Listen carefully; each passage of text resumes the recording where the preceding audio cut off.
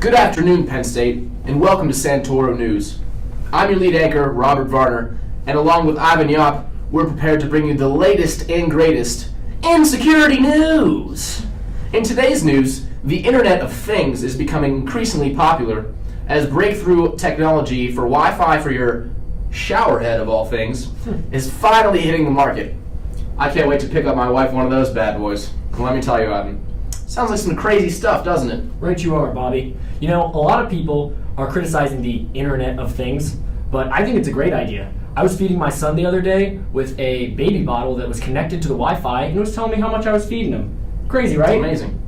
What a world we live in. I remember back in my day when smartphones and Apple Watches were the cutting edge of technology.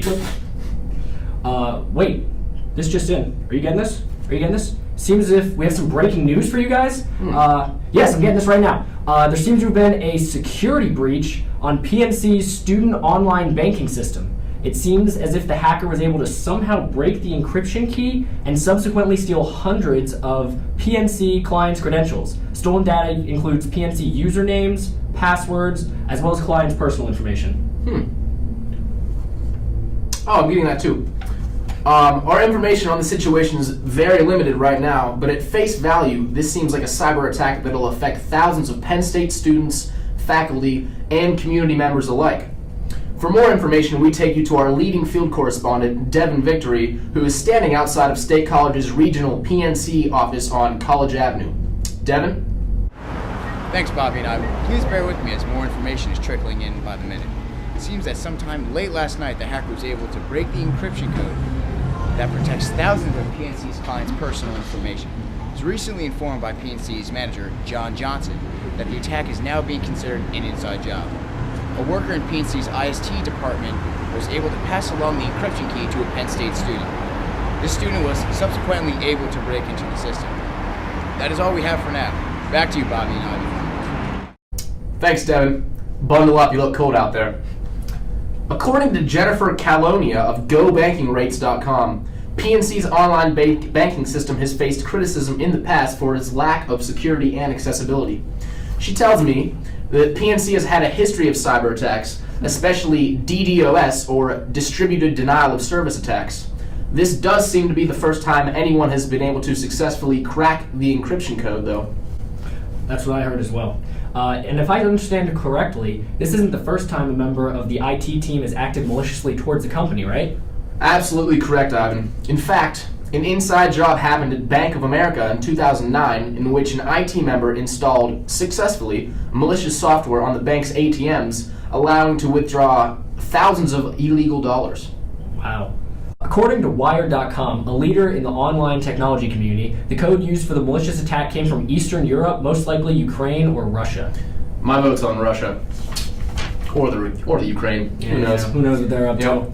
Sorry to interrupt, Ivan, but we've just been informed that the attack is more widespread than we have originally thought. And this case is now being passed on to the FBI's cyber forensics team. We're receiving a call right now from an Agent Smith assigned to the case, and we'll be streaming the audio call live for our viewers. Agent Smith? Hello, gentlemen. I was recently assigned this case, and now can confirm that the entire database system of State College PNC has been compromised. So, Special Agent Smith, can you give us a brief overview of how the hacker was able to pull off such a feat? I mean, isn't encryption, especially for large entities such as PNC, pretty hard to crack? Well, Ivan, it seems that PNC uses asymmetric encryption.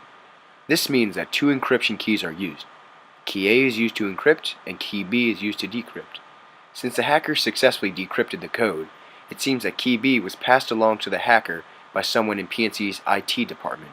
Only trusted members of the IT department would have had access to key B. So, Agent Smith, you're telling me that this attack probably would not have been successful without the inside man giving the hacker the encryption key? That's right, Ivan. Without the specific encryption key, it would have taken years for even the most advanced computer systems in the world to crack the code.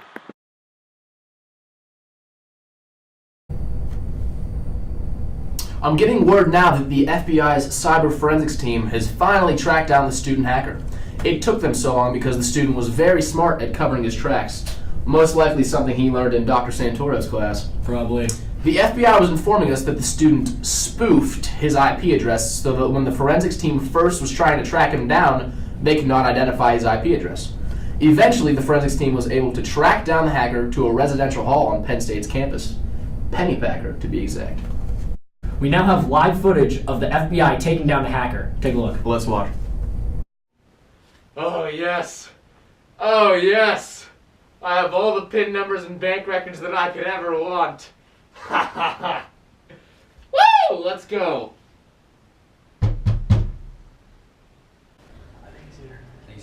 Ready? FBI! You're him! What are you talking about? You're the hacker. The hacker? The PNC hacker. The You got up on your PNC bank hacker? account. We got you. Oh man, how'd you guys know it was me? Yeah. Come here. Hands behind your back, sir. You have the right to remain silent. I don't know the rest. Thanks for being with us here tonight, Penn State. This has been another successful edition of Santoro News. I'm your host, Robert Varner, along with Ivan Yop. And what you've learned tonight is where we've been. Tune in next week for where we're going.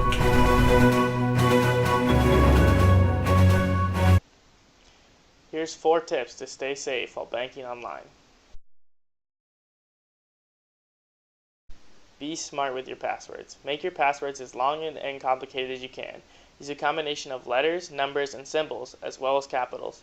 Don't use any personal information in your password, such as your social security number or your birth date. You should also change your passwords regularly and commit them to memory.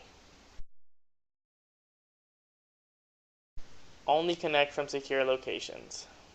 Any place such as a coffee shop or a hotel could have people trying to steal your information using man-in-the-middle attacks. Try and only connect to your accounts from home. Secure your computer. Try and keep your computer secure and clean at all times. Use a variety of security tools to keep your computer secure from different types of malware that could allow an attacker to steal your personal information. Actively scan your computer for malware and be safe when downloading anything online.